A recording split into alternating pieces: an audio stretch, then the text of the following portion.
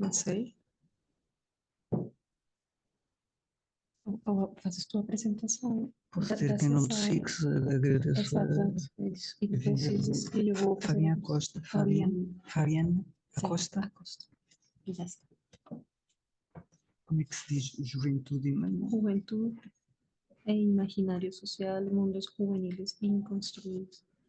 A única diferença é imaginário social, mundos juveniles inconstruídos. Sim, já está. A única coisa é a J transforma-se o som da J, juventude não é junto, é juventude, já está. É só isso. Juveniles, juventude. Exatamente. E já está. Juventude. Casi una R, ¿verdad? Casi una R portuguesa, mas não é.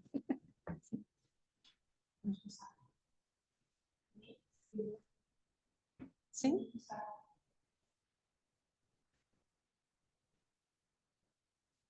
Já podemos? Já tem imagem, Rafaela? Ok. Muito boa tarde a todos que estão connosco presencialmente e online. Vamos ter hoje mais uma sessão dos almoços SICS, do Centro de Investigação em Ciências Sociais, Nova Universidade do Minho, e hoje temos connosco o professor Fabiana Acosta, que vem da Colômbia, para partilhar connosco as investigações que tem feito e o conhecimento que tem produzido, nomeadamente sobre o tema que vai hoje ser aqui abordado, com o título Juventude e Imaginário Social, Mundos Juveniles Inconstruídos. Em nome do SICS, quero agradecer ao professor Fabienne por estar aqui conosco. É um prazer e um privilégio, e quero agradecer também à Luísa Salamanca, a quem ficamos a dever a possibilidade de termos aqui o professor Fabienne. E assim passo de imediato a palavra à Luísa, para que ela possa fazer uma breve apresentação do professor Fabienne. Obrigada, Luísa. Okay. Obrigada, Fabienne. Pronto. Bom dia, meu nome é Luísa Salamanca, sou aluna de doutoramento de Sociologia da Universidade do Minho. Estou a ser orientada pela professora Teresa Amora na minha investigação doutoral. Pronto. O professor Fabiana Acosta é formado em Filosofia e é professor de Ciência Política na Universidade Nacional de Colômbia. Atualmente também é diretor do Observatório da Juventude da Universidade Nacional de Colômbia e eu também sou integrante daquele observatório. O professor Acosta é doutor em Filosofia Social e Política da Universidade de Klimet Ohridsky. Acho que falei bem, não sei se está bem. Klimet Ohridsky, de Sofia, Bulgária, onde também fez a sua formação em filosofia. É investigador social e tem um mestrado em ciência política também na Universidade de Los Andes de Colômbia. Pronto, ele hoje vai falar. A apresentação dele se chama Juventude e Imaginário Social, Mundos Juveniles Inconstruídos. Vai ser uma apresentação feita em espanhol e esperamos e achamos que vai ser muito interessante para todos. Muito obrigada. Fabián, puedes comenzar. Bueno, muchas gracias. Muy feliz de estar aquí con ustedes, tanto con las personas que nos acompañan en físico, como se dice, pero también con las personas que están conectadas virtualmente. Es para nosotros igualmente un privilegio tener la oportunidad de intercambiar con esta universidad, con sus investigadoras e investigadores sobre temáticas pues, que son muy caras para nosotros, como esas que tienen que ver con jóvenes y juventud. Yo voy a hacer no sé cuántos minutos tengo, como 30 minutos, ¿cierto? Entonces te pido el favor, Luis, que me indiques para no pasarme. 9543. La idea es como aproximarnos a una reflexión que que anima nuestra investigación como investigadoras e investigadores del Observatorio de Juventud de la Universidad Nacional, en el sentido de la importancia que tiene comprender, estudiar, investigar los mundos de vida juveniles, que en nuestro entendimiento abarcan prácticamente lo que se llama, pues no tanto en el campo académico, que rechazan bastante esa categoría, lo que se llama adolescencia. No sé si en portugués es igual, pero en el mundo, digamos, del debate académico e investigativo, pues adolescencia no es una categoría que guste mucho, porque el significado de adolecer, que creo que es igual en portugués, si no estoy mal, lo que significa es que son como seres humanos incompletos, ¿no? Y nosotros rechazamos como esa idea, pero en el mundo institucional sigue existiendo esa categoría. Así que lo juvenil, aunque por ejemplo en Colombia se estima en la legislación que va desde los 14 años hasta los 28, pues nosotros comenzamos a mirarlo más como desde la salida de la infancia, 10, 12 años, hasta después de los 28 años, que por razones sociales y tal vez de manera analógica aquí también en Portugal y en Europa, con los matices y diferencias que hay, pues se sigue siendo joven después de los 28 años por distintas razones. Una de ellas, que tal vez es la que poco estimamos y analizamos, es porque los jóvenes o las personas se ven obligadas y obligados a seguir viviendo al lado de sus padres, ¿no? Por razones económicas, sobre todo, no logran emanciparse, no logran adquirir independencia, y entonces eso les obliga a permanecer en la casa, y pueden permanecer hasta los 40 años, hasta muy, ya casi, pues, la adultez, ¿no? Madura en sus casas, pero conservan algo de eso que algunos investigadores latinoamericanos han llamado la moratoria vital, como esa noción de que sigo siendo joven, soy joven, aunque ya no tengo la misma cantidad de amigos, ni me agrupo como me agrupaba antes cuando estudiaba, me he visto como joven, soy rapero.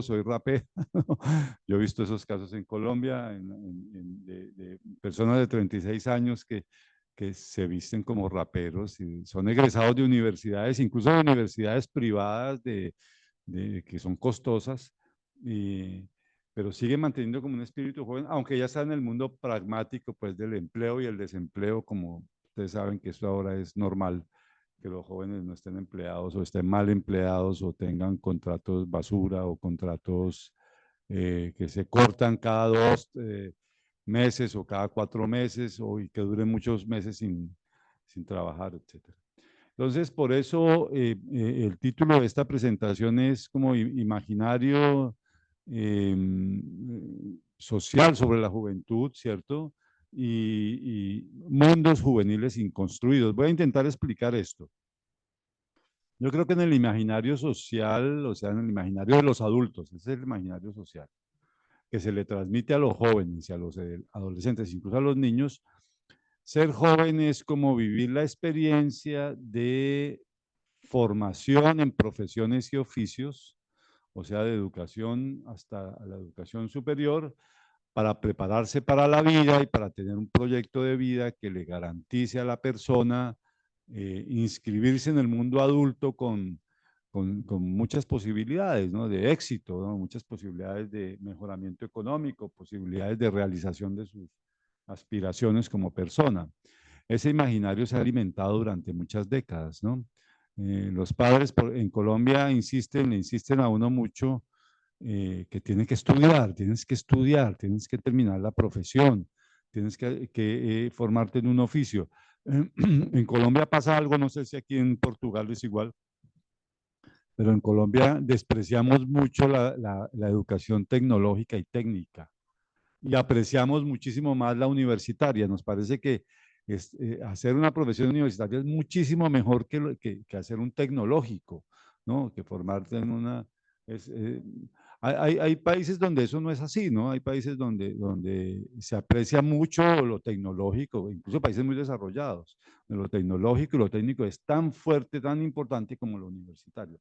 Pero en el imaginario nuestro es la universidad. O sea, si tú estudias en un SENA, que es el Servicio Nacional de Aprendizaje Colombiano, que es una institución inmensa, gigantesca, donde estudian miles y miles, decenas de miles, cientos de miles de jóvenes, pues eso no es como muy bien mirado socialmente, aunque casi que por estadística terminan siendo más exitosos los que estudian ahí que los que estudian en las universidades, porque adquieren más fácil empleo, porque están más buscados por el mercado laboral.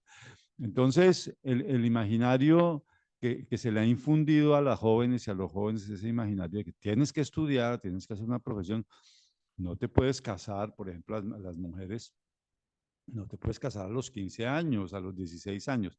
Claro, eso hoy en día decirlo es absurdo, ¿no? Porque, pero no era tan absurdo hace 4 décadas. Nuestras abuelas se podían casar muy jóvenes y tenían por lo general muchos hijos. En Colombia muchos hijos eran que tenían 9 hijos, 10 hijos, nuestras abuelas, ¿sí? Mi abuela, por ejemplo, mi abuela materna tuvo 9 hijos, mi abuela materna. Mi mamá era la mayor de los hijos de esa familia. Mi abuela paterna fue menos, eran 4 hijos, pero 4 y 9 son hartos, digamos, para lo que hoy tienen las parejas un hijo, si acaso, ¿sí? Si deciden tener hijos, tienen un hijo o 2 hijos, ¿no? Entonces, claro, una pareja que tenga hijos a los 10 hijos, pues empiezan a tener hijos a los 14 años, 15 años, en esa época, ¿cierto? Y entonces el esposo tenía que trabajar también desde muy joven y no existía algo que nosotros llamamos la experiencia de juventud, es decir, esa experiencia que viven las jóvenes y los jóvenes de moratoria, de la obligación de tener familia y de trabajar, que traducido a un lenguaje más simple es la experiencia de estudiar continuamente todos los ciclos escolares, incluido el de educación media, secundaria y superior, no sé cómo se llama en Portugal, pero educación secundaria y terciaria llamamos también, ¿no? O sea, todos los ciclos escolares, hacerlos todos, eso es un ejercicio de moratoria porque la mujer o el hombre, el varón o la mujer que hacen esta experiencia, pues lo que deciden es, no me voy a casar temprano, no voy a tener hijos, no voy a trabajar. A algunos les pasa que sí, sucede esto en el transcurso, pero intentan no abandonar el estudio, no abandonar la relación con la institución escolar. Entonces, esa experiencia es una experiencia muy contradictoria, muy paradójica, porque está muy bien que estudien los jóvenes, claro. Queremos todas y todos que estudien, que se formen bien, que tengan acceso a los bienes de la cultura, no solo a una profesión estrecha en el marco de un especialismo, ¿no? En las luchas sociales fue muy importante discutir en la universidad, no queremos solo especialismo, queremos estudios generales. O sea, voy a ser ingeniera, voy a ser ingeniero, voy a ser químico, pero algo de ciencias sociales también tengo que ver, tengo que tener en mi currículum acceso a algunas asignaturas selectivas que me permitan mirar otras cosas, historia del arte, qué sé yo, cine, bueno, sociología, y a los sociólogos también es bueno. Yo, por ejemplo, cuando estudié filosofía en Sofía, yo estudié en Bulgaria, cuando estudié filosofía, yo vi unos cursos de biología, me gustaba la biología y vi unos cursos de biología y estudié unos cursos de historia de la matemática y me gustaron unas cosas de pedagogía y las hice. O sea, no todo es filosofía, no todo encerrado. La universidad es un universo y hay que pasar, hay que contribuir a que los jóvenes tengan acceso porque eso los va a formar como personas, como ciudadanos, ¿cierto? Así después no van a poder emplearse en lo que están buscando, pero incluso cuando uno tiene esas opciones puede también emplearse en otras cosas distintas al especialismo que estudió. O sea, es muy importante. Pero lo que ha pasado paradójicamente es que tenemos jóvenes más formados, más capacitados, mujeres y hombres, pero a la hora de realizar esos sueños de la formación y de la profesión y del oficio, no lo pueden hacer. No lo pueden hacer. Entonces, no lo pueden hacer. ¿Por qué? Porque el mercado laboral es precario. En Colombia, no sé si aquí pasa igual, pero en Colombia es muy usual que te gradúes de ingeniero, de químico, de agrónomo, de lo que sea, y termines trabajando cuando sales de la universidad o del tecnológico, termines trabajando en un call center, ¿no? Aquí también pasa, sí, pasa en Bulgaria, yo lo sé, en Bulgaria pasa. ¿No? Yo tengo un hijo que nació en Bulgaria y a él le tocó exactamente igual. Terminó biología y le tocó trabajar en un call center inicialmente. Después, finalmente logró meterse a trabajar en biología, pero no todos lo logran, ni todas lo logran, es difícil. Entonces, esto ha generado una situación de malestar terrible en la generación adolescente y joven, que los adultos no valoramos, no vemos, no somos capaces de observar, porque un joven hoy en día de 14, 15, 16, 17, 18, 19 años sabe que tiene que hacer el esfuerzo completo del ciclo escolar, pero al mismo tiempo sabe que difícilmente va a emplearse en eso que está estudiando. Entonces, imagínense lo que significa uno, ¿no? Es como si uno va a tener pareja y sabe que eso le va a fracasar ya desde un inicio, pero sigue insistiendo y finalmente fracasa. Entonces, psicológicamente es una situación de malestar generacional muy potente. Pero entonces, aquello del imaginario social lo que remite es precisamente a que los adultos no somos, las adultas no somos capaces de entender esa experiencia que están viviendo las generaciones adolescentes y jóvenes, no las entendemos. ¿Por qué no? Porque es como si técnicamente uno se ve obligado a trabajar de adulto, tiene hijos, entonces tiene que dejar los hijos a la institución escolar, porque ellos son los que educan, uno no le alcanza el tiempo, tiene que dedicarse a su trabajo, y empieza a ver como abrirse una brecha, un espacio inmenso de invisibilización y finalmente es como si fueran dos mundos distintos, hay un poco de silencios en la relación entre unos y otros, no hablamos con ellos, no sabemos, nos da miedo a los adultos, los jóvenes, porque no sabemos si van a consumir, no sabemos si se van a volver alcohólicos, no sabemos si van a terminar siendo criminales, aunque uno aspira a que no lo sean, por supuesto, ¿no? Uno dice, no, pero como no hay comunicación, no hay conversación, no hay conocimiento, entonces ese imaginario social no nos deja ver lo que llamamos los mundos juveniles inconstruidos. Entonces, esa es la primera como idea. No sé si quieres, pasemos un videíto, veamos este video quiero hablarles un poco de estos movimientos que ha habido en Colombia en el último lustro, o sea, en los últimos 5 años, movimientos juveniles muy importantes. Por ejemplo, ese dice con hambre de educación, ¿no? Es muy metafórico, pero habla de dos cosas que son igualmente significativas, ¿no? A veces muchos estudiantes de origen humilde que no tienen muchos recursos, pues pasan hambre en su día a día porque no tienen sino, si tienen para transportarse, para pagar el transporte, no tienen para desayunar, o si tienen para comprar las fotocopias, no tienen. Entonces, por ejemplo, nuestra universidad, que es la universidad más grande de Colombia, se ha llenado de negocios estudiantiles informales en el campus. Es como si aquí en el campus los estudiantes aquí vendieran galletas, allí sándwiches, allí bebidas, se llenó, se formó una economía, un mercado, un pasar interno que se llama en lenguaje coloquial chazas, ¿no? Entonces está lleno de chazas el campus.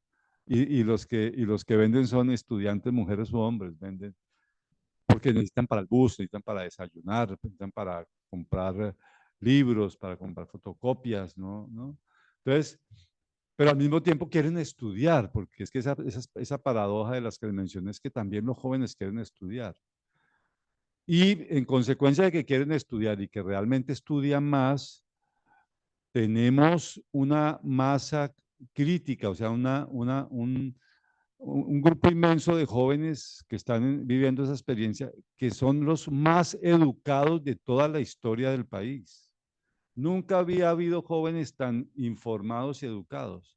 A pesar de que nos quejamos en las universidades y decimos que los jóvenes no leen, que los jóvenes no se preocupan, que pues lo que pasa es que ya no leen como leímos nosotros, como estudiamos nosotros. Ya difícilmente te van a leer un texto en físico, pero ahora están con las pantallas. En la pantalla, pues el hipertexto también es una forma de acceder a la información y al conocimiento. Yo siempre en los auditorios donde dicto una conferencia, cuando hay jóvenes, muchos jóvenes, les pregunto, ¿cuántos videos te viste hoy? Entonces, pues mínimo uno. Es que uno mismo, ¿no? Uno que está en estas profesiones, dice, yo me he visto ya hoy como 3 videos, pero le pregunto a un joven, no, me he visto 10, 15, ¿no? Y inmediatamente pongo un segundo ejemplo. Digo, cuando están en la mesa, en el almuerzo, ¿no? O en la cena en su casa, ¿de qué hablan? ¿No? Con sus papás, con sus mamás, hijos, papás, mamás, ¿no?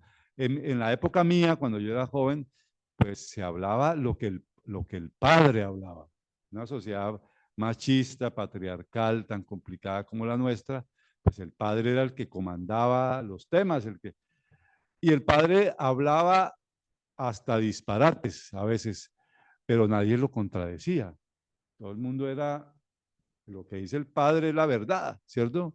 Hoy en día no puedes hacer eso. Hoy en día pones el tema que sea, tienes un niño de 10 años, una niña de 12, un joven de 15, hablas de la erupción del terremoto de Lisboa de 1700. Esta mañana estábamos escuchando las noticias sobre eso, me acordé de eso, pues para traer el ejemplo a Portugal, el famoso terremoto de Lisboa.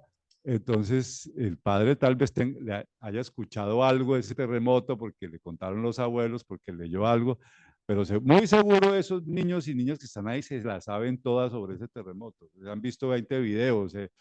Bueno, entonces ya es muy difícil que un adulto se ponga a ejercer esa función de que la verdad soy yo y yo soy, porque los jóvenes, los niños ya conocen el mundo de los adultos por los medios, por la televisión, por las pantallas, y eso ha transformado la relación. Entonces, esa imagen de con hambre, educación, y significa todo ese montón de cosas, ¿no? Pasa si quieres otra. Poner el video. Bueno, entonces, pues, si quieres, pongamos otras fotos mientras ella... Bueno, estas son fotos de las recientes movilizaciones que sucedieron en Colombia en los últimos, desde el año 2018 hasta el año 2021. Resistencia es una palabra que usan mucho los jóvenes cuando se movilizan y las jóvenes, y es una categoría de las ciencias sociales también, la resistencia, ¿no? ¿Por qué? Deberíamos pensar mucho los adultos en esto, porque decimos, es que los jóvenes son rebeldes, rebeldes sin causa, ¿no? Todo lo que le dicen a los padres cuando es joven. Pero es que los jóvenes sufren muchas intervenciones, como los niños y los adolescentes. Hay mucha interdicción sobre los jóvenes y las jóvenes. La escuela, los medios, el mercado, los padres, ¿no? En países como los nuestros, donde hay tanta violencia e inseguridad, un joven difícilmente puede transitar tranquilo por la calle, porque en la calle es visto con sospecha. Puede ser un delincuente, puede ser un consumidor de drogas, puede ser... Entonces, nuestras policías, que son a veces muy violentas, ven un joven, al primero que le caen es a un joven, lo esculcan, piden los documentos. Entonces los jóvenes no se sienten tranquilos en la calle, no se sienten, pero tampoco se sienten tranquilos en la casa, porque en la casa no, es que tu lugar es allá, ¿no? Aquí no puedes jugar, aquí, no hables tanto por teléfono aquí, allá tienes que, pero tampoco en la escuela, porque en la escuela, no, la hora de juego es esta, la hora de recreación es aquella, no hables en clase, cállate. Todo el día está invadido de interdicción. Entonces, resistencia, ¿qué indica resistencia desde el punto de vista filosófico, mi comprensión del asunto? Resistencia no es tanto que tú reacciones a eso, es al contrario. Resistencia es que todo eso que interviene sobre ti, no acaba de aplastarte, no termina. Entonces tienes una fuerza que está ahí, que no deja, que finalmente te vas a escapar de eso, te vas a fugar. de esa intervención, ya sea a través de movilizaciones o a través de prácticas que son muy juveniles, ¿no? Empiezo a vestirme raro, empiezo a peinarme raro, me pinto el cabello, hablo en lenguaje que no entienden los adultos, sí, resistencia, es muy importante eso. Y en las movilizaciones, pues fue los sitios más famosos de las movilizaciones de Colombia de esa época adoptaron el nombre de resistencia, mucho en Bogotá, en Cali, en las grandes ciudades. Bueno, hubo en las movilizaciones también, el arte salió a la calle, el arte, la joven, una bailarina de ballet, en una fogata, en una calle, seguramente con policía al frente, ahí no la vemos, pero atrás están los jóvenes que se movilizan haciendo figuras de ballet, ¿no? El arte se movió en función de apoyar las resistencias juveniles, ¿no? O la otra imagen que dice masacre en vivo, ¿no? Es terrible porque hubo muchos muertos, 80 jóvenes asesinados el 2021. En 2020, 13 jóvenes asesinados en Bogotá con disparos de pistola, ¿no? La represión fuerte, la represión, como en la época de las dictaduras en estos países, ¿no? Una represión terrible. Entonces, bueno, esas imágenes remiten a que lo juvenil es muy denso e interesante sociológicamente porque están las resistencias tan fuertes, pero además de eso están las maneras como los jóvenes se asocian, se agrupan, se interconectan todo el tiempo a través de redes sociales o de formas de pasar juntos, ¿no? También pregunto eso cuando hay jóvenes en mi auditorio, mis estudiantes, eh, ¿a cuántos grupos perteneces? Yo no estoy preguntando si a grupos políticos o gremios o sindicatos o cosas de esas, sino a cuántos, en Colombia se llaman parches, no sé cómo se llama en portugués, ¿no? Eh, eh, eh, colectivas, colectivos.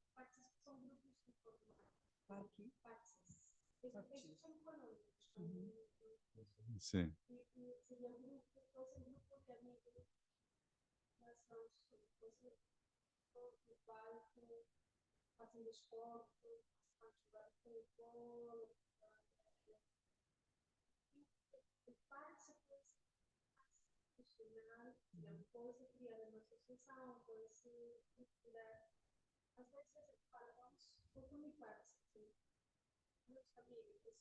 Son con las personas con las que la paso bien, para discutir de cosas, para hablar de otras, para hacer...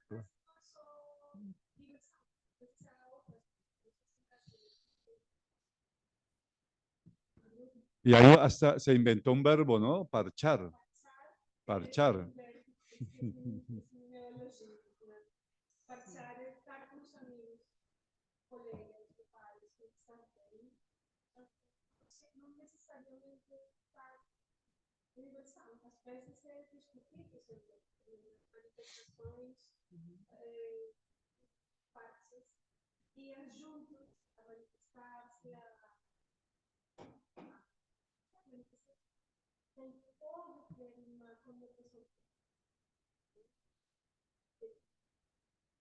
Ok.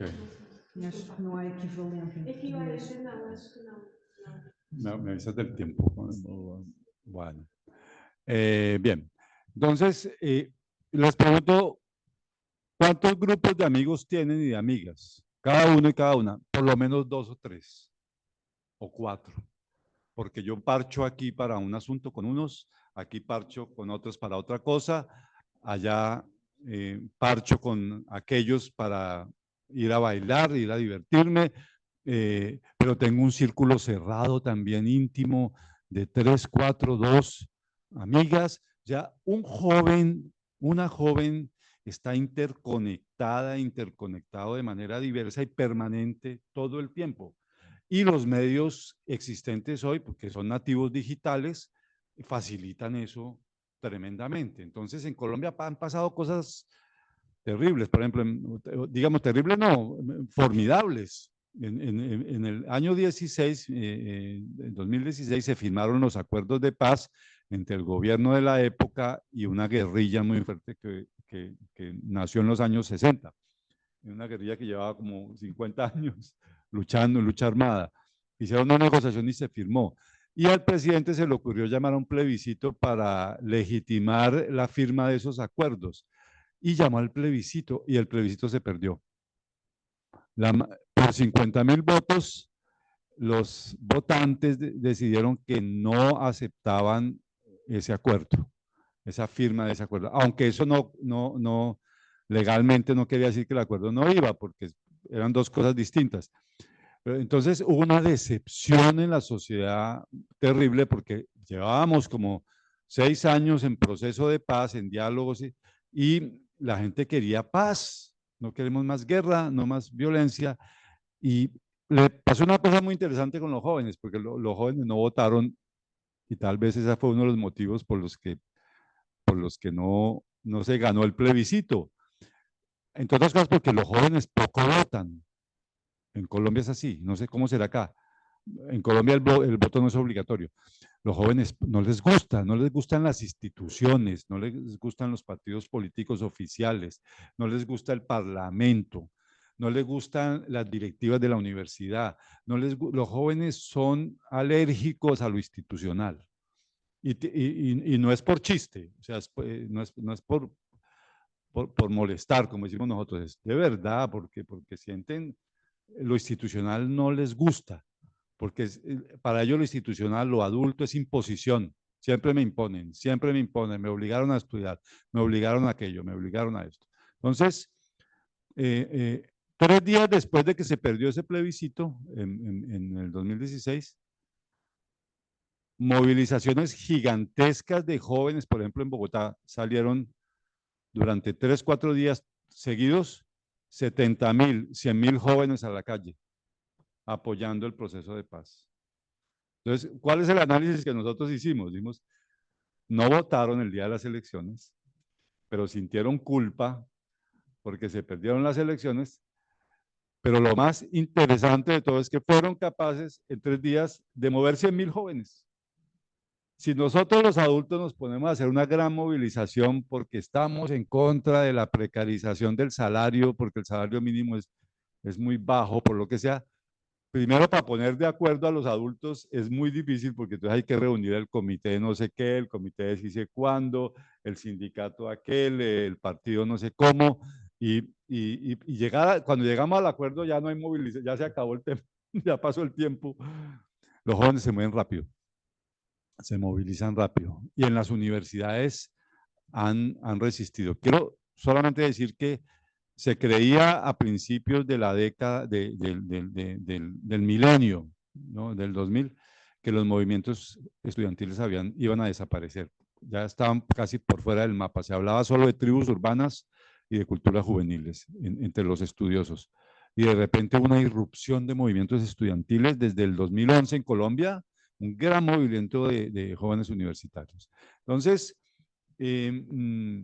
todo esto para contarles que hemos llegado a un punto en el que la situación de las generaciones jóvenes se ha convertido en una situación explosiva e insostenible, por obra de lo que llamamos inconstrucción política de la moratoria social, o sea, esa palabra inconstrucción se las voy a explicar porque la usamos para entender ese fenómeno. Ya está el video. ¿No se pudo? Bueno, no importa, ¿no? Es un video corto, lo podemos compartir. Bueno, aquí hay más como expresiones de la movilización. En 2021 hubo un pico, o sea, empezaron movilizaciones universitarias en 2018 para exigir más presupuesto y más apoyo a la universidad pública, sobre todo que estaba con poca financiación, ¿no? Con reducción de la financiación. Hubo un paro nacional universitario, se lograron unos acuerdos con el gobierno incumplió y en el año inmediatamente siguiente, 2019, se volvieron a movilizar los jóvenes universitarios por el cumplimiento de los acuerdos que no se habían cumplido y ese paro también obligó al gobierno a moverse en función de cumplir con lo que había prometido. Llegó el año 2019 y avanzó la movilización universitaria de nuevo pidiendo además echar abajo medidas que el gobierno quería tomar con respecto a las finanzas del Estado, una reforma tributaria. Los jóvenes se opusieron a eso. La inercia de la movilización, entonces, en el sentido de lo que ya venía de atrás, del año 2018, generó una gran movilización en 2019 y en 2019 esa movilización se pegó mucho al final del año. Llegó diciembre, como en Colombia, yo creo que aquí también en los países católicos, pero Colombia es un país muy católico, diciembre pues llegan las Navidades, se apagó la movilización, iba a seguir la movilización en enero, en febrero, pero llegó la pandemia. Y la pandemia, ustedes saben que generó palabras más, palabras menos, para los jóvenes muchos problemas, porque la pandemia reconfinó a los jóvenes. Los jóvenes, uno cuando es adolescente y joven quiere irse de la casa, en el buen sentido de la palabra, uno quiere tener una vida propia, uno quiere ya en algún momento ser independiente, que no lo estén conduciendo todo el día, que no estén diciendo qué hacer y qué no hacer, que lo dejen estar tranquilo con sus amigas y amigos, uno quiere hacer su vida, ¿cierto? Quiere emanciparse, se dice eso.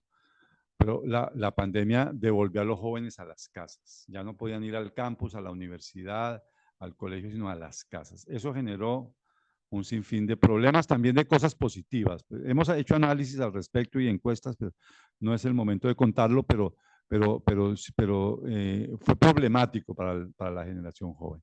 Entonces, en el 2020, los jóvenes reconfinados, en Bogotá sucedió un caso en el segundo semestre. La policía registró a un abogado que estaba, una persona ya adulta, 30 y pico de años, que estaba circulando por una calle, seguramente opuso resistencia, se molestó y los policías lo quisieron tranquilizar usando esos dispositivos eléctricos que se le colocan en el cuerpo. Le aplicaron energía eléctrica y lo mataron, lo asesinaron. Eso volvió a generar, se encendió, en plena pandemia se encendió la movilización juvenil otra vez. Salieron los jóvenes a la calle masivamente en ciudades como Bogotá. Colombia es un país de grandes ciudades, Bogotá, Cali, Medellín, son ciudades que tienen más de 1 millón de habitantes. Bogotá tiene 8, hay otras que tienen 4, 3 millones, 2 millones y medio, son ciudades grandes. Hubo una movilización extraordinaria. Y entonces en el 2020 hubo movilización también extraordinaria. Se acabó ese ciclo, ahí hubo muchos jóvenes asesinados, sobre todo en Bogotá. Y después en 2021 los sindicatos convocan una protesta contra la reforma tributaria. Los jóvenes se suman, pero los primeros que se movilizan y los que se movilizan más masivamente son las jóvenes y los jóvenes universitarios, y se vuelve a encender la protesta en Colombia. Entonces, un paro que estaba pensado para un día, duró como 3 meses cortos, pero hubo estertores de ese paro como hasta 6 meses después. 800 municipios en el país, Colombia tiene creo que 1000 y pico de municipios, 800 municipios hubo movilizaciones juveniles en pequeñas ciudades, en ciudades intermedias, en estudiantes, jóvenes, los jóvenes muy insatisfechos. Como que estalló algo que nadie tenía previsto que iba a estallar. Nosotros le llamamos a eso el levantamiento juvenil, y un levantamiento juvenil por todas esas condiciones de precariedad que se aumentaron con la pandemia, que no fueron resueltas oportunamente y que además pareciera ser que están planteadas como si fueran imposibles de resolver, ¿no? Y yo creo que eso está pasando también en estos países, como que los jóvenes, la generación joven llegó a un punto en que nadie quiere, nadie puede, ningún gobierno, ningún programa político, ni de derecha ni de izquierda, logra resolver esa incapacidad de la sociedad de ofrecerle a los jóvenes futuro, posibilidades de trabajo, no solamente educación, porque la educación de repente ya está montada, ¿cierto? La pública, por ejemplo, pero cuando sales al trabajo caes en el abismo. Entonces, en Colombia se manifestó eso que nosotros llamamos inconstrucción social y política de la moratoria. Entonces, explico brevemente por qué esta palabra no es usual en castellano, en construcción. Creo que se usa más en portugués, porque alguna vez cuando hice esa pesquisa encontré más referencias en portugués a la palabra en Brasil, en construcción, que en español no existe. En español tú pones en el buscador en construcción y el buscador inmediatamente te corrige, te dice, no, es construcción. No, es en construcción. Claro que sí existe en español, existe, pero es muy especializada. Creo que ahí termino mi intervención, pero quisiera ilustrarlos brevemente, ilustrarlas. En construcción significa para los arquitectos un término, por ejemplo, este edificio. Digamos que estamos en el 2040 y resulta que ya la universidad ya no quiere ser más universidad, los neoliberales privatizaron todo, entonces empiezan a vender este edificio y aquí montaron entonces un cine. Esto era una sala de conferencias, de ciencia, de producción, y aquí pusieron unas viviendas. Entonces, este edificio que fue construido para una universidad se convirtió en un centro comercial, en otra cosa. Eso es sin construcción.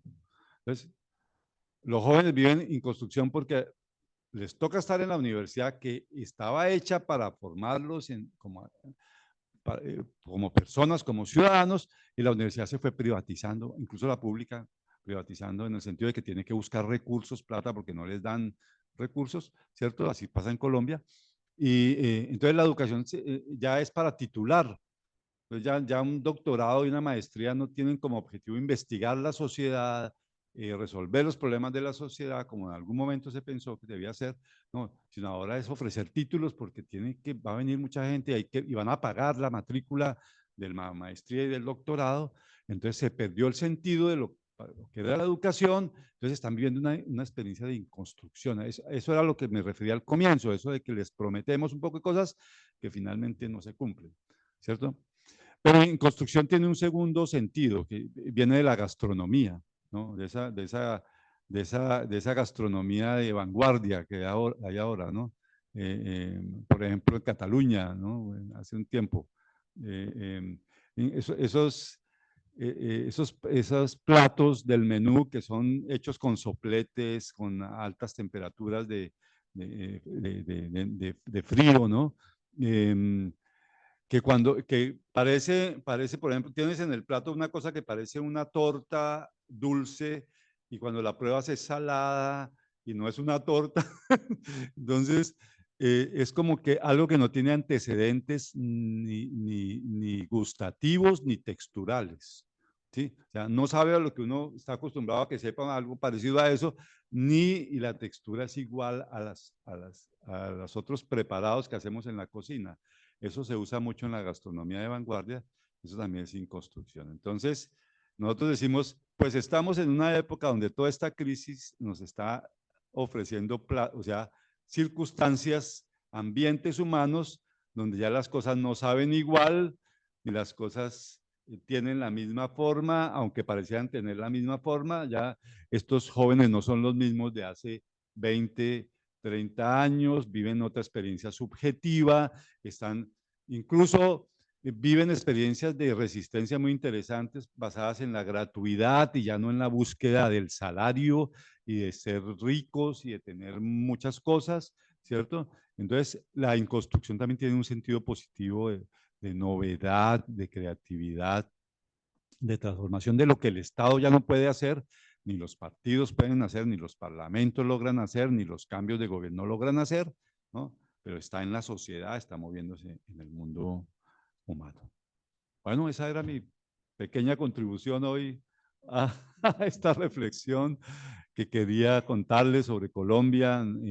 Hay muchas categorías pues, que podemos intercambiar. Tenemos publicaciones. Es un poco decirle, los jóvenes son importantes. Yo siempre digo, los jóvenes son seres humanos, no se los olviden. No son sujetos, cosas, objetos a los que siempre hay que decirles cómo intervenir. Un niño, un bebé, un niño de 2 años, de 3 años, es un ser humano independiente, autónomo. Tengamos en cuenta que él tiene su vida. que no es siempre lo que yo le quiera imponer, lo que yo quiera colocarle como importante, que para él hay cosas que también son importantes para ella. Un joven igual, ¿no?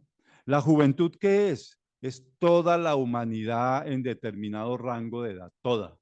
Mujeres, hombres, diferencias sexuales, todo lo que ustedes quieran, de los 10 a los 30, 35 años. Los adultos debemos bajarnos de esa institución que es el adultocentrismo para poder entender y comprender ese mundo juvenil, porque ahí hay muchas claves de respuesta a los absurdos de la sociedad contemporánea y hay muchas claves de resolución de los problemas que los adultos no hemos podido resolver y no sabemos resolver. Muchas gracias. Muito obrigada, professor Fabiano. Está a ouvir-se bem, Rafaela? Assim? Sim.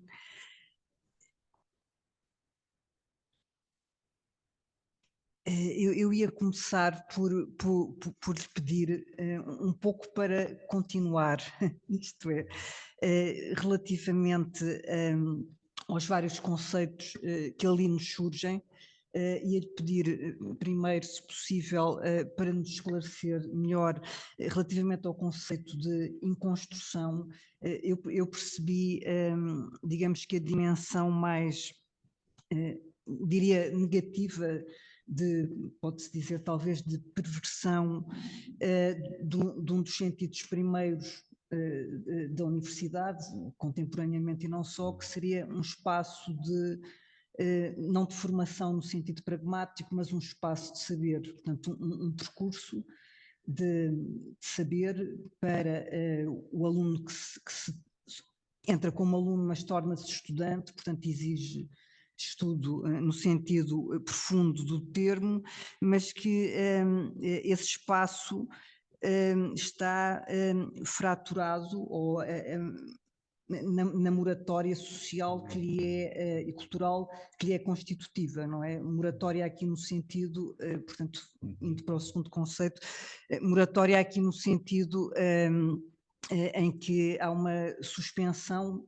temporal. Eu li alguns dos seus artigos que a Luísa me passou, pronto, e estou a referir-me a uma das conceptualizações, uma mais sintética, portanto, uma suspensão no tempo, temporal, daquilo que seriam ou que virão a ser em termos de expectativas culturais, seja da sociedade colombiana, seja da sociedade portuguesa, as obrigações no presente e futuro, que será constituir família, designadamente para reproduzir a humanidade ou o corpus populacional de uma sociedade, ir para o mercado de trabalho, não é, para sustentar a vida e contribuir para a economia da sociedade, etc, etc. Pelo menos a questão do trabalho e da família. Portanto, seria uma espécie de, essa moratória social conferiria culturalmente, histórico-culturalmente, uma espécie de um direito à juventude no sentido da construção individual e coletiva, grupal, do próprio ser social, não é? Cultural, do próprio ser, não é? Que se está a construir na vida. A partir do momento em que a universidade caminha cada vez mais historicamente até chegar aos nossos dias, com a dinâmica que vou referir muito fortalecida, de se impregnar, de fazer parte da sociedade capitalista de forma plena, porque as universidades, penso na Colômbia, portanto na Colômbia será o mesmo caso, em Portugal também, genericamente na Europa, nos Estados Unidos e noutros países, a universidade faz parte do mercado, mas quando nós entramos para a universidade, pessoas que têm hoje na casa dos 60 anos, ela já lá estava, mas muito menos, não estava com esta pujança toda, portanto, e isso é uma perversão do tal sentido, primeiro, da universidade como espaço de saber e também um obstaculizar para a juventude da vivência plena dessa condição de moratória social, sim? E, portanto, a construção vem por essa perversão da moratória, mas, e no sentido mais negativo, mas depois o Fabiano falou da enconstrução, portanto, as duas faces da enconstrução, digamos que uma que é desvantajosa, mas justamente eu diria, não sei se é essa a ideia, dessa desvantagem, dessa negatividade.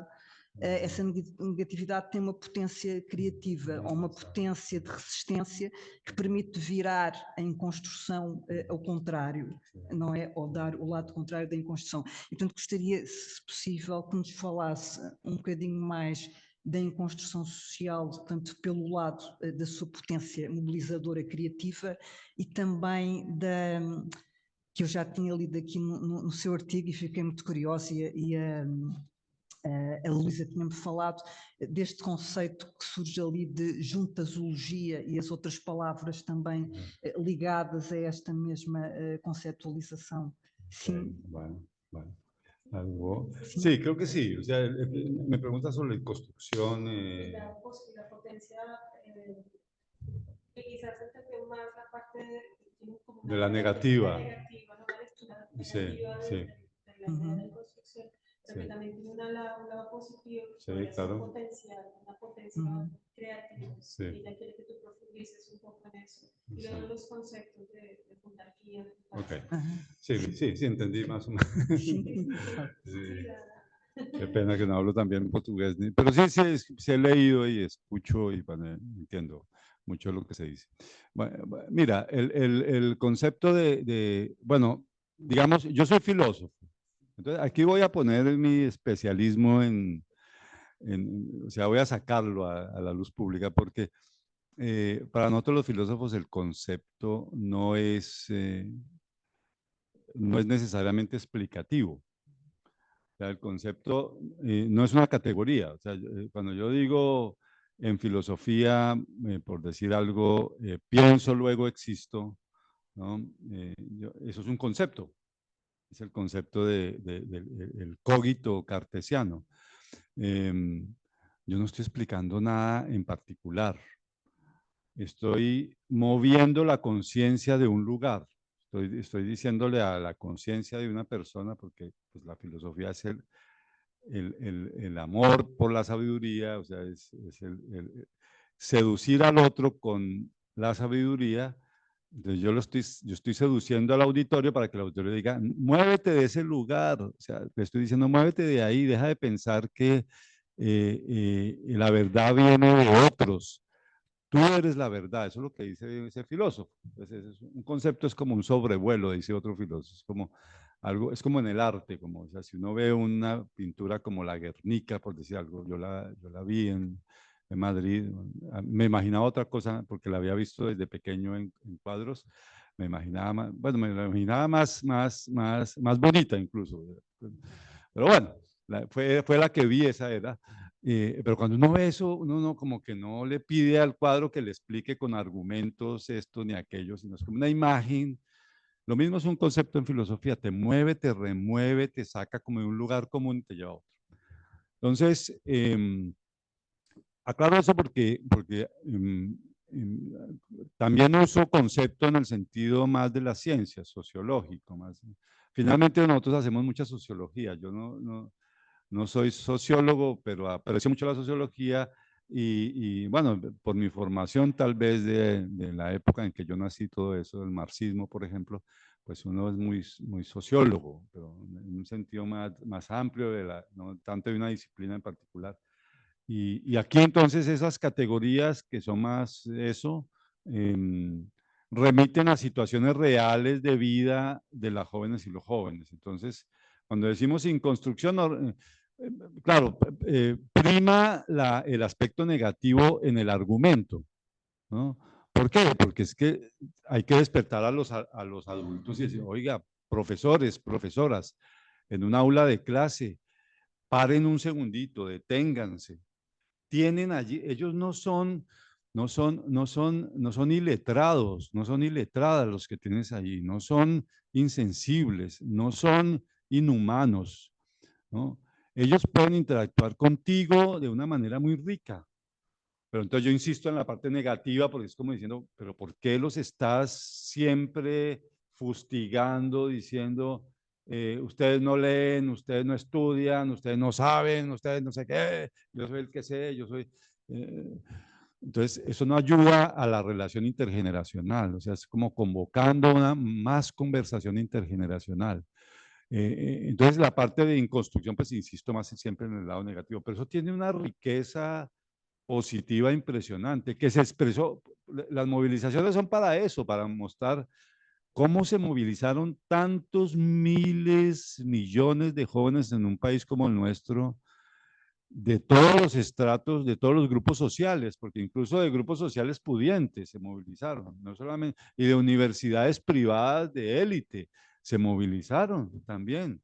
Y claro, los de la universidad pública, por supuesto, los más pobres también, porque son los que más sufren, ¿no? Pero cómo esos jóvenes expresan por ejemplo, en el 2019, cuando el asesinato de ese abogado que les conté con la electricidad, empezaron a ver en Colombia cacerolazos. Ustedes conocen el cacerolazo. El cacerolazo es, la gente saca implementos de cocina, una olla, y con una cuchara, ¿cómo se dice?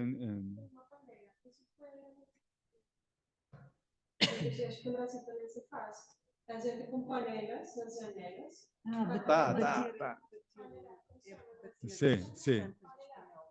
Sí. Nós não temos nenhum verbo para traduzir a ação, mas... Eso era muy viejo. Sí. Una, sí.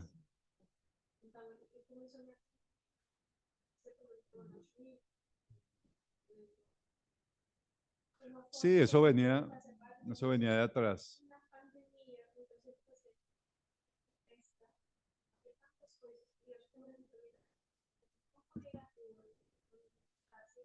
Podemos fazer barulho nas janelas, pelo menos estamos aqui, estamos vivos, e aí está um cartaz, Cacerolazo.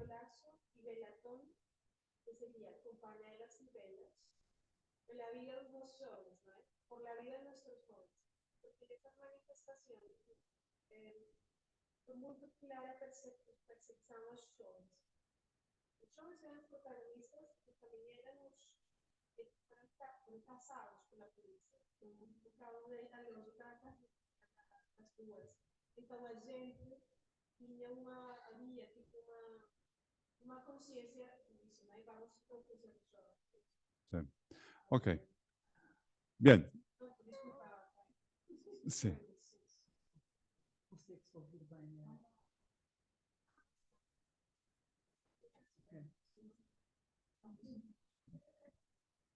Ok. Por el micrófono. Sí. Muy bien. Sí, entonces, bueno, el cacerolazo era una forma de protesta que ya existía en otras partes, pero en Colombia eso nunca pegaba, nunca, siempre, hagamos un cacerolazo, ¿no? Eso salía una persona, pero en esta ocasión, fue masivo el cacerolazo en las ciudades y se oía. Bogotá tiene 8 millones de habitantes, se ve toda la ciudad.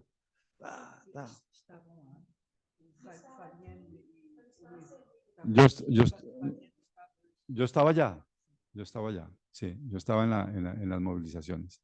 Y en los barrios, por ejemplo, donde hay edificios, porque eran las filas de motocicletas con policías cazando jóvenes, los cazaban, los cogían, salían los vecinos por los balcones y no dejaban que se los llevaran. Gritaban y hacían cacerola y no dejaban. O sea, hubo un resurgimiento como de la creatividad que mostraba que los jóvenes, bueno, no solamente en formas de protesta, no tradicionales, generalmente pacíficas, ¿no? Hubo también esto que llamaron primeras líneas, que era defenderse de la agresión policial con barreras creadas por los jóvenes, ¿no? Escudos como eso que aparece ahí, línea 1, eso apareció también, eso tampoco se había hecho en Colombia, pero no, eran también reuniones, como cuando todo ese movimiento social y juvenil tan fuerte que hubo en España, no sé si en Portugal también, el 15M, entonces reuniones en los barrios, pero sobre todo mostrar que muchos jóvenes de estos precarios que ya se han graduado pero no consiguen trabajo, pusieron como toda su capacidad técnico, intelectual en función de la movilización, como que el arte, el diálogo, el conocimiento, los libros, para, por ejemplo, convertir los lugares desde donde la policía atacaba, cuando se lo tomaban los manifestantes, en bibliotecas populares. Empezó socialmente a formarse una cosa que ya se nombraba así, que es la juntanza. Eso no es una palabra muy castiza en castellano, pues, no sé si no lo debes encontrar en el diccionario, seguro. Juntanza es de juntar, ¿no? Pues empezaron a juntar, ¿cómo se dice en portugués? No sé cómo se dice. Juntar. Sí. Juntar. Juntar. Mas é uma palavra usada agora recentemente, ou já tem umas décadas. Está agora em força. Sí, sí. Se volvió cada vez más reconocida juntanza, sobre todo juntanza. Y nosotros desde los estudios empezamos a ser creativos, también dijimos, no, pues hay que hacer una juntanzología, hay que pensar qué fue eso, cómo fue. Y, por ejemplo, creo que en el artículo que tú leíste, que es un poco inusual ese artículo, entrevista, cronología, algún análisis, cifras, es como para mostrar todo lo que significa juntarse en términos sociológicos y sociales, ¿no? Juntarse es muy importante. Y esto es parte de lo que llamamos el momento positivo de la inconstrucción, porque es como que si lo que está institucionalizado ha dejado de funcionar, aunque sigue ahí presente en la vida de los vivos, ¿cierto? Entonces lo que ha llegado es el momento de transformar todo. Y los jóvenes rápidamente ligan con eso, rápidamente actúan en consecuencia, rápidamente hacen juntanzas, rápidamente inventan dinámicas colectivas artísticas, se agrupan con los adultos en los barrios, hacen ollas colectivas, bueno, no solamente la protesta, sino la creatividad en el sentido de que podemos tener huertas propias, podemos resolver problemas que no lo está resolviendo la economía vigente, que es problemas de hambre, problemas de empleo, problemas de... Entonces, como que le encontraron sentido a todos esos precarios que estaban ahí sin moverse, a estar juntos, a construir nuevas formas de vida. Y creo que esa es la parte muy, muy interesante de esto de construcción, porque vamos para ese mundo. Entonces, vamos para un mundo en el que va a ser obligatorio y necesario, según nuestra comprensión, que la idea de juventud que teníamos cambie. Hay que cambiar esa idea. Ese ideal de experiencia de juventud basado en la moratoria, que no vas a estudiar desde los 12 hasta los 25 años, no vas a trabajar, vas solo a estudiar, vas a estar solo en la escuela. Eso pues está bien, ¿no?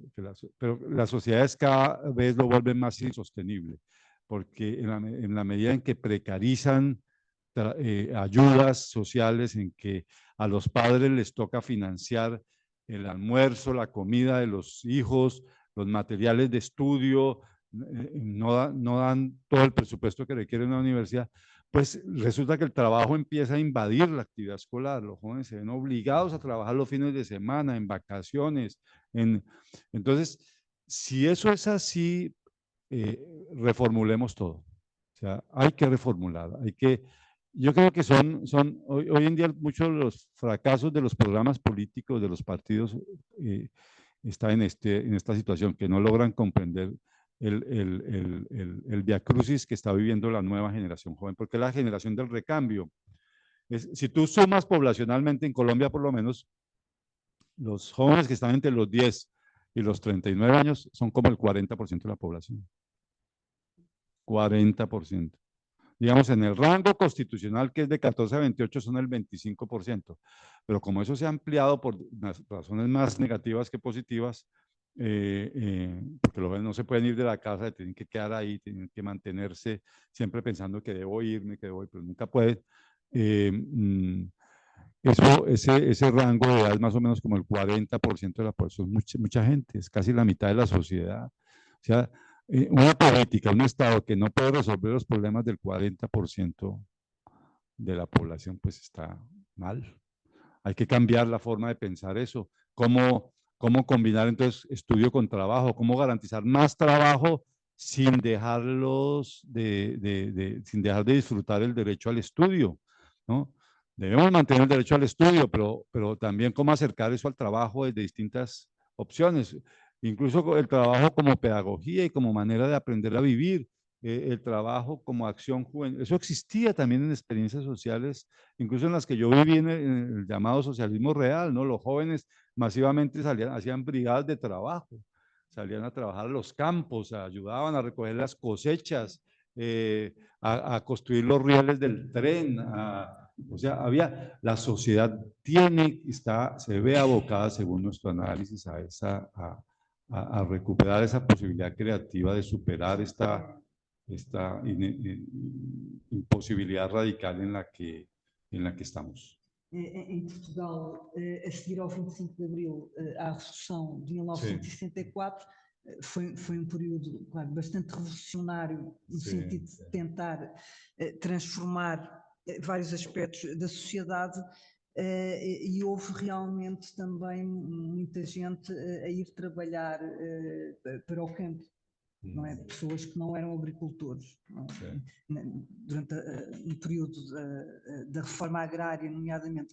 Mas também houve, mais tarde, não sei agora dizer exatamente quando, terá sido nos anos 70, numa reforma do sistema de ensino, tenho que falar mais devagarinho, numa reforma do sistema de ensino, criou-se o serviço cívico.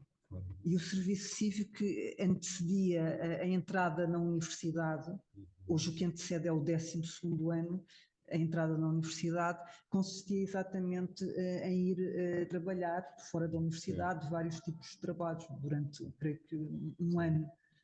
Eu não sou da altura do serviço cívico, mas pessoas com 65 anos agora terão feito, 54, 65 terão feito o serviço cívico. O serviço cívico era institucionalizado, e era voluntário? Não era voluntário. Em vez de teres um tempo pré-universitário, que está entre o final do secundário e a universidade, que é hoje em dia o 12º ano, tinhas um tempo entre terminares o ensino secundário e entrares na universidade, que era o serviço cívico. Portanto, fazia parte, digamos que, do próprio percurso educativo formal, do próprio percurso escolar, que é algo bastante interessante, que seria bom retomar. Hoje em dia, penso que ter-se que ver entre os jovens que o fazem, e há com certeza estudos sobre isso. Há uma dinâmica, creio que forte, em Portugal, nomeadamente na universidade, deve variar consoante os cursos e os perfis dos jovens, mas de voluntariado, fazer voluntariado em várias associações. Não é? Sim. Mas a verdade é que esse voluntariado pode ter também duas dimensões. Uma que tem que ver com o mercado, não é? Acrescentar uma dimensão ao currículo, que é ter feito voluntariado quando se apresenta no mercado de trabalho.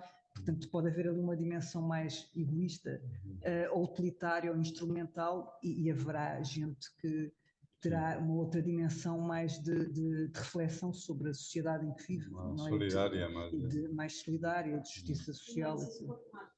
Sí. Sí, porque esa es una de las paradojas también que viven las jóvenes generaciones. Son las generaciones más individuadas de todas. O sea, los hemos formado en la individuación radical, ¿no?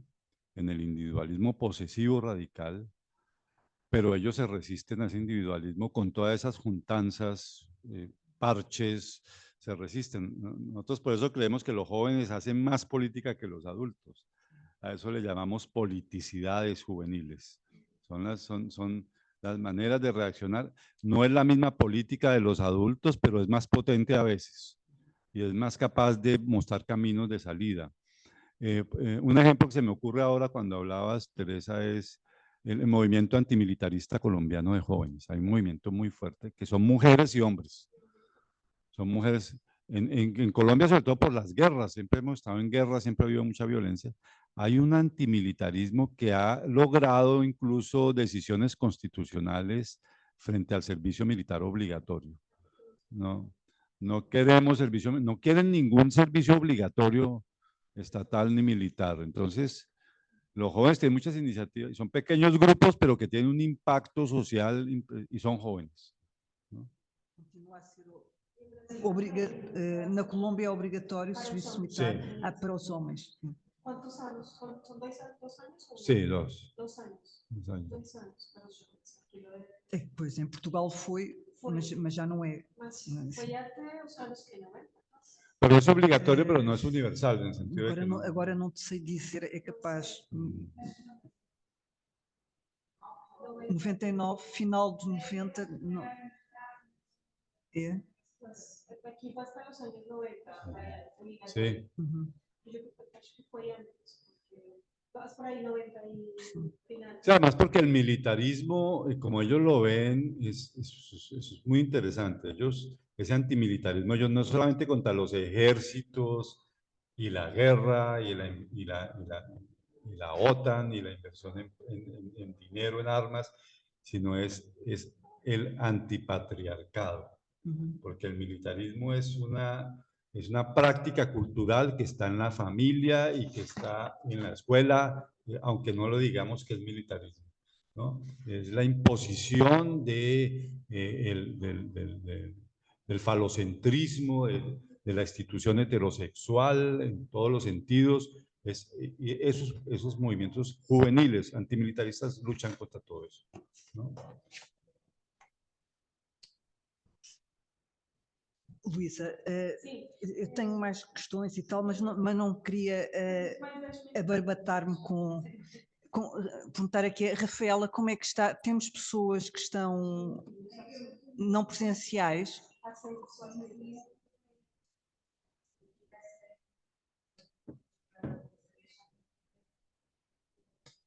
Não? Porque não. Ok.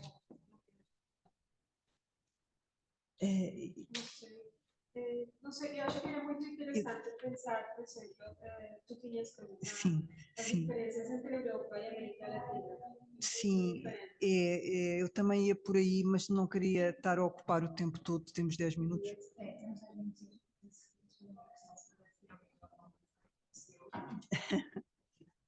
Ok. Vamos ficar todos aqui perto. Sim. Não, mas é rapidinho, não... Sim, mas ok. Ok. Olá, professor. Eu sou Miriam, sou brasileira. E eu também sou estudante de doutoramento em Sociologia, aqui no Minho, meu 2º ano.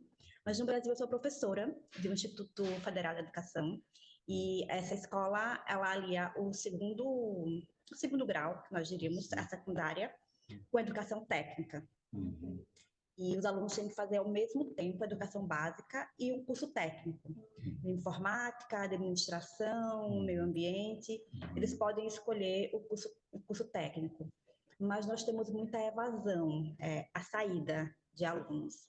De 40 alunos que entram no 1º ano, no 3º ano, temos 25, 20, 15.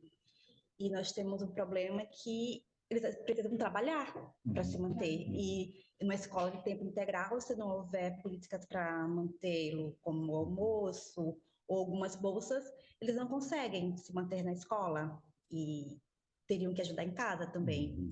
Principalmente os jovens homens, que há uma pressão para que eles contribuam na família, e as mulheres não sobra espaço para ajudar em casa com o núcleo familiar e também com a gravidez precoce, que infelizmente ainda é muito drástico. Eles também saem da escola porque não conseguem lidar com a própria família. Mas depois da pandemia, nós sentimos que esse abandono da escola também é relacionado com muitas questões psicológicas. Principalmente automutilações, que a gente só percebe depois de um longo tempo, porque em geral ficam escondidas, e com o suicídio.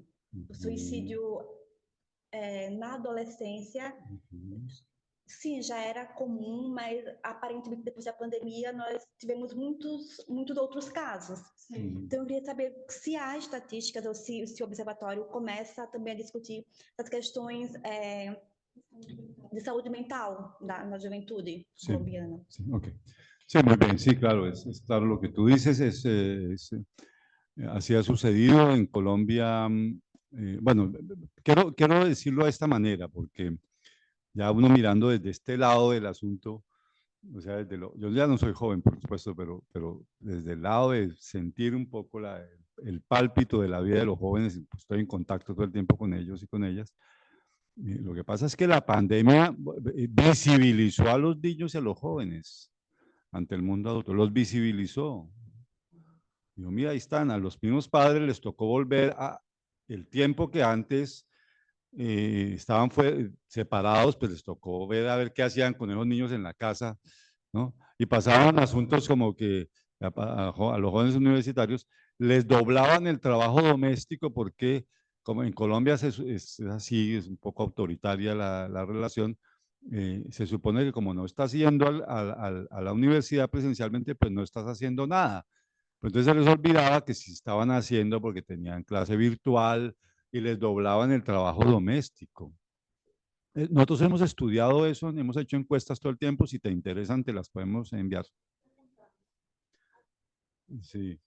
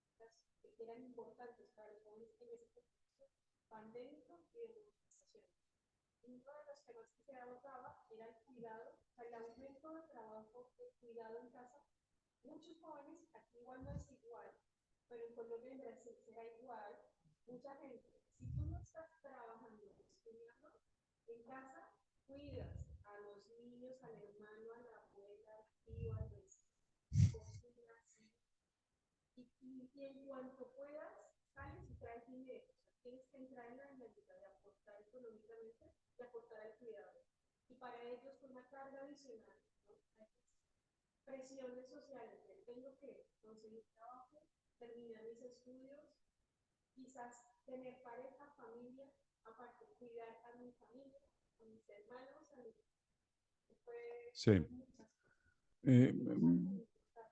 Por supuesto, el énfasis de la recarga está sobre todo en las mujeres, por razones culturales, ¿no?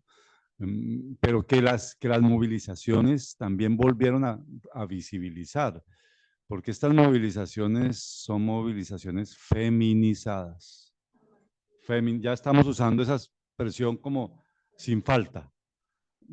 Levantamiento juvenil feminizado, porque se levantaron las jóvenes en el centro de los movimientos, se levantaron también contra las prácticas patriarcales y machistas de sus compañeros jóvenes.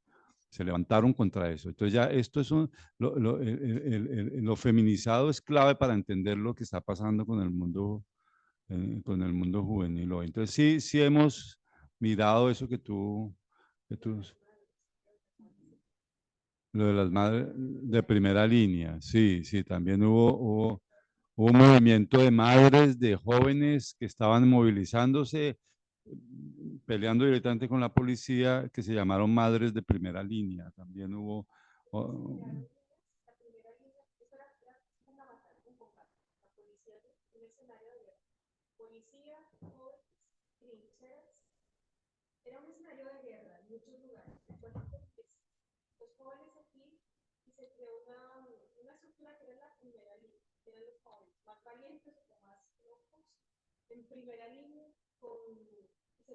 con escudos, con cascos.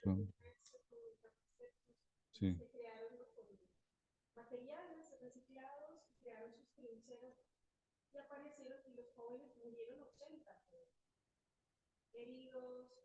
Mutilados también, muchos jóvenes, mutilados los ojos. Y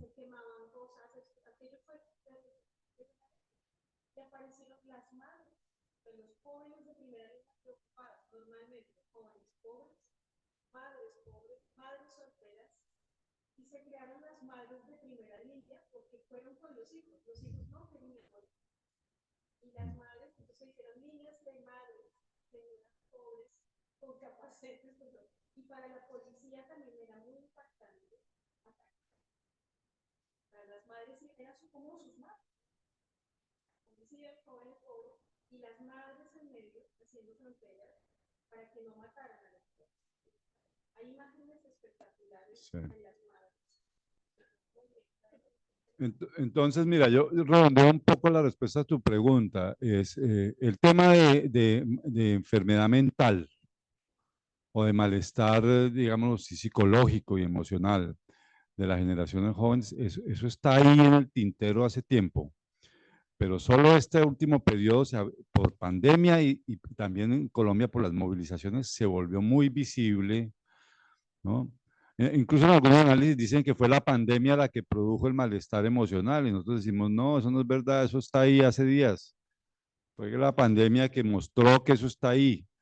Entonces, por lo mismo que explicaba, o sea, si tú eres joven, te presionan para que estudies, te presionan para que tengas un plan de vida propio, para que seas un individuo responsable, te presiona y te presiona la sociedad. Y al final te salen como decimos en colombiano, con palitas y bolitas, o sea, con nada, porque no hay trabajo, no hay manera de realizar todo eso. Pues imagínate la experiencia psicológica. Entonces los jóvenes están viviendo una experiencia emocional muy difícil, muy difícil. Y esa experiencia impacta, por ejemplo, no quieren tener hijos, pues ¿cómo vas a querer tener hijos si no hay condiciones materiales? Y la sociedad se envejece. Es tremenda paradoja, ¿no? Una sociedad en la que se envejece, pero los jóvenes no quieren tener hijos. O sea, ¿para dónde va la humanidad? ¿No? No quieren tener relaciones estables porque eso pues, vale plata, además es costoso, no hay trabajo, ¿no? Entonces hemos abocado a los jóvenes. Yo tengo exalumnos míos, todos en situaciones complicadas, algunos más exitosos o exitosas que otros, pero algunos también en situaciones que ya estaban por los 50 años, 45, casi nunca han conseguido trabajo, casi nunca, y ya tienen doctorado, hace tiempo, no consiguen trabajo, están pegados a la casa, viviendo con el papá o con la mamá. Entonces, terrible la experiencia humana y no quiero tener relaciones permanentes, pero me toca vivir con mi papá, que ya son ancianos, con mi mamá. Es muy complejo eso, es muy complejo. Sí tenemos trabajos que te podemos enviar para que tú mires cómo responden los jóvenes universitarios y para que veas cómo se analiza eso.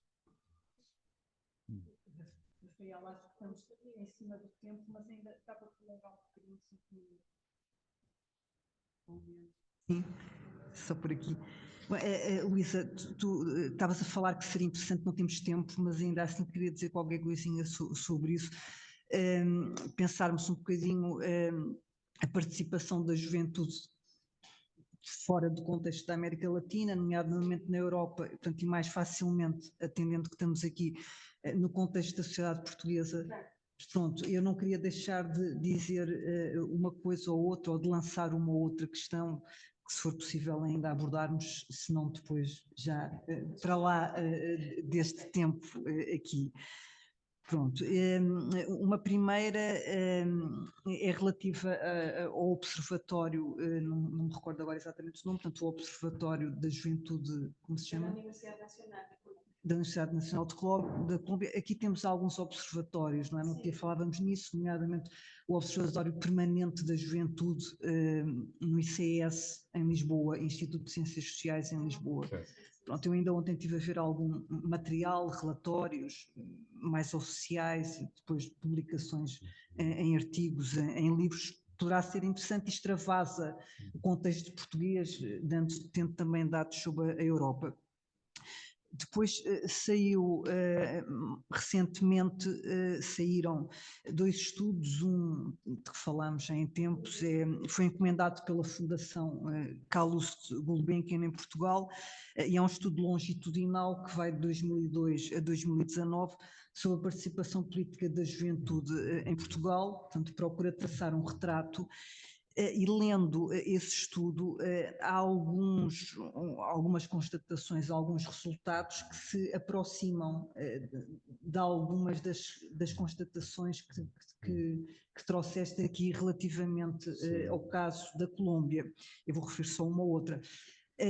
Mas mesmo com essas similitudes, há sempre, à partida, quando pensamos na Europa, e na América Latina, há sempre um abismo de intensidade e de força crítica societal, porque o que eu acho que aqui me passou aqui, e das leituras que fiz, portanto, destes 2 trabalhos que a Luísa me passou, nomeadamente quando li aqui sobre a juntança de Vileta, os vários quadros, pelo menos em relação a alguns ficou-me, retive, ainda que não numa leitura aprofundada e sistemática, mas ficou em termos de imagem, 2 coisas, ou 3.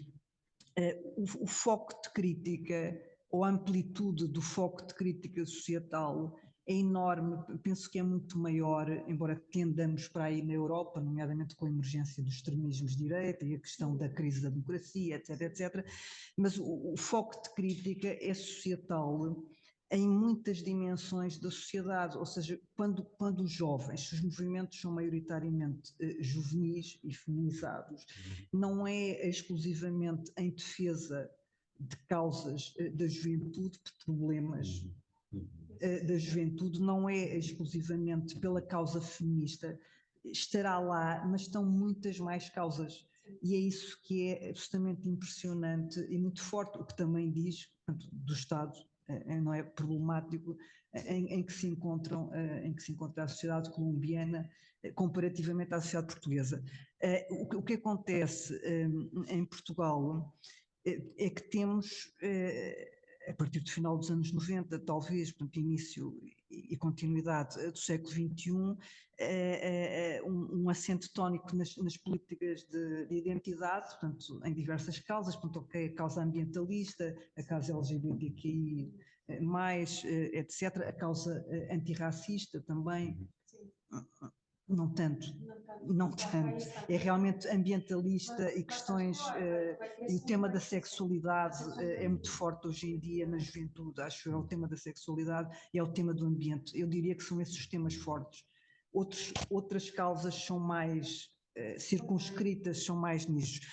Agora temos, uma das coisas que este primeiro estudo, encomendado pela Gulbenkian, diz, efetivamente, é que aquela ideia generalizada e de senso comum de que há um declínio generalizado da participação da política da juventude em Portugal não corresponde, portanto, os dados mostram que não é isso que acontece. Há um declínio da tal participação política convencional, portanto, eleitoral, no voto, assembleia, voto, partidos, mas há um acréscimo de uma participação política não convencional através de coletivos artísticos, através de diversas associações juvenis, em ruptura ou num diálogo muito crítico relativamente às próprias estruturas partidárias juventudes, das estruturas partidárias juvenis, quero dizer.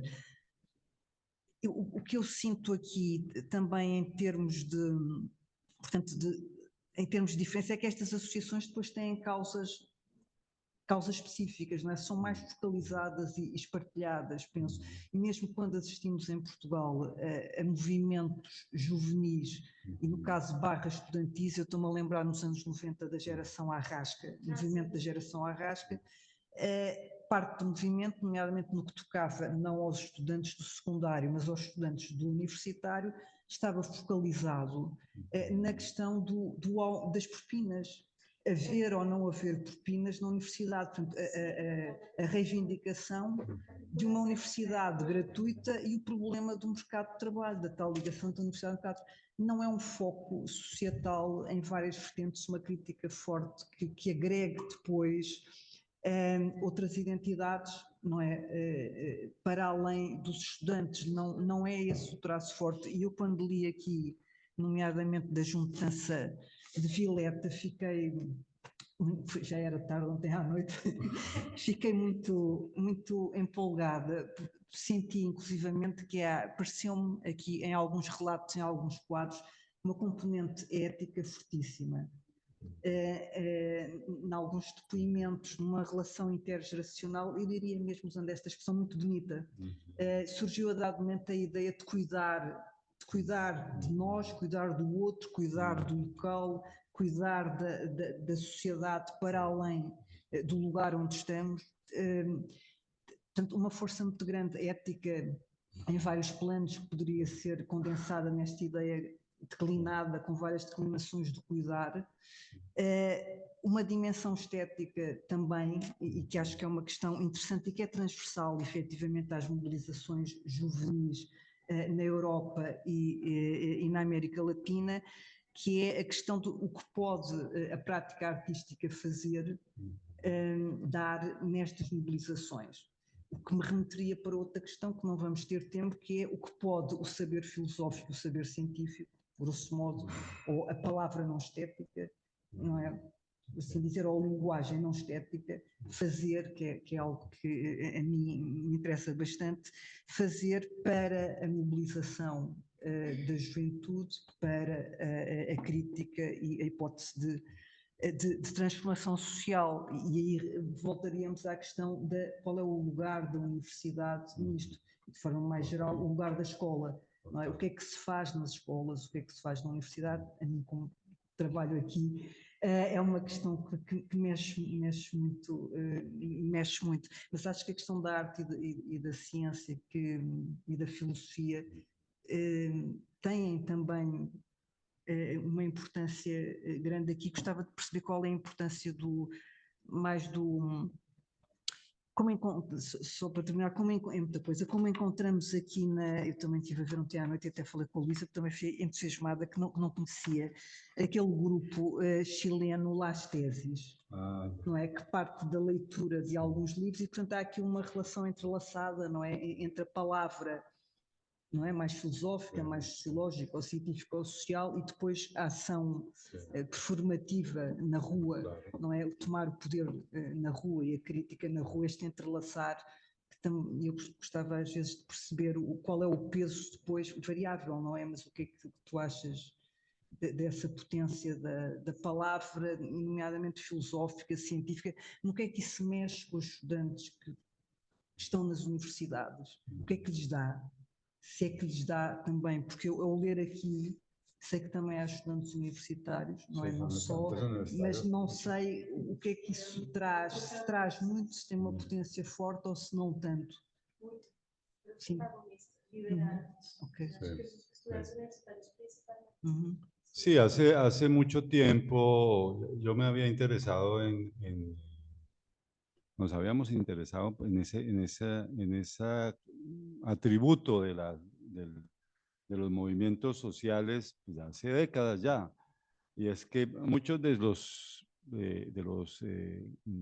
miembros de esos movimientos, por ejemplo, ecologistas, en ciudades como Bogotá, en los barrios populares donde hay contaminación del agua, del aire, etcétera, eran estudiantes universitarios profesionales. Entonces, es un discurso que ya está cargado de conocimiento técnico, es casi como que una tecnocracia al revés en la movilización, ¿no? Y ahora con más fuerza, ahora con ese texto sobre Villeta, que es la pequeña ciudad donde yo vivo, es un texto que refleja eso, porque son esos jóvenes, son muchos, o están haciendo estudios técnicos, ya hicieron el bachillerato, o están en la universidad, y están ahí por distintas circunstancias, porque no encontraron opciones en Bogotá, que queda como a 2 horas, por lo que sea, y expresan un conjunto de cosas sobre su vida generacional, con su relación con los adultos, con los padres, sobre sus consumos. Por ejemplo, muchos son canábicos, entonces pues les da, dicen que el movimiento les ayudó a decirle a las familias, ya no nos moleste más, pues eso tampoco, no es peor que el cigarrillo, no es peor que el alcohol, o sea, tranquilos, tranquilas, no va a pasar nada, no somos delincuentes. Es una experiencia, porque en el fondo eso yo creo que es la participación, la participación realmente no tiene que ver con que tú vayas y votes, aunque pasaron cosas sobre el voto que tienen que ver con estos movimientos, ¿no? El ejemplo así muy rápido te lo doy. El gobierno, que era un gobierno de derecha, el que había en ese momento, el gobierno se apresuró a negociar rapidito con los jóvenes. Cuando vio la dimensión de esa movilización, dijeron, pues, esto va a ser muy duro, y rápido empezaron, incluso a nosotros nos llamaron, instituciones del gobierno, a ver cómo ayudábamos a hacer diálogo de instituciones jóvenes. Los jóvenes se metieron en ese diálogo, aunque no creían mucho en eso, y empezaron a exigir cosas y a exigir cosas. Ya habían exigido, ya habían obligado al gobierno a hacer un aumento importante en los presupuestos de la educación pública, en 2 años atrás, y lograron negociar un aumento grandísimo a 10 años de la inversión en jóvenes en Colombia. Eso produjo que el gobierno, como no tienen visibilidad y sensibilidad sobre los jóvenes, lo que se les ocurrió es, no, vamos a convocar a los consejos locales de juventud. Eso está en la ley colombiana, la ley de juventud. Entonces, esos consejos existen desde 1997, son como pequeños parlamentos juveniles que hay en las ciudades, en los municipios, y había habido experiencias de convocatoria de elecciones de esos consejos, pero de 9 millones de jóvenes que pueden votar o de 13 millones de jóvenes que pueden votar, votaban 12.000. Imagínense, de 12 millones, 12.000, o sea, el 0.000 votaban. Pero en esta ocasión, en la movilización, se convocaron el año pasado esos consejos, o a principios de este año, creo, no, fue el año pasado.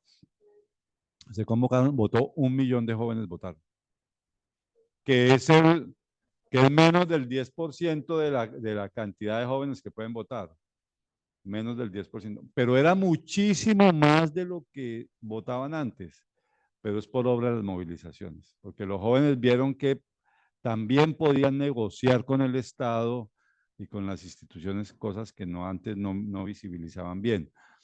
Incluso ese efecto del voto juvenil, yo lo decía en su momento cuando sucedió aquello, sobre todo a los funcionarios públicos que desprecian a los jóvenes, les decía a usted, lo que pasa es que ustedes no comprenden que los jóvenes sí van a votar en las elecciones presidenciales que vienen y además no van a votar por ustedes.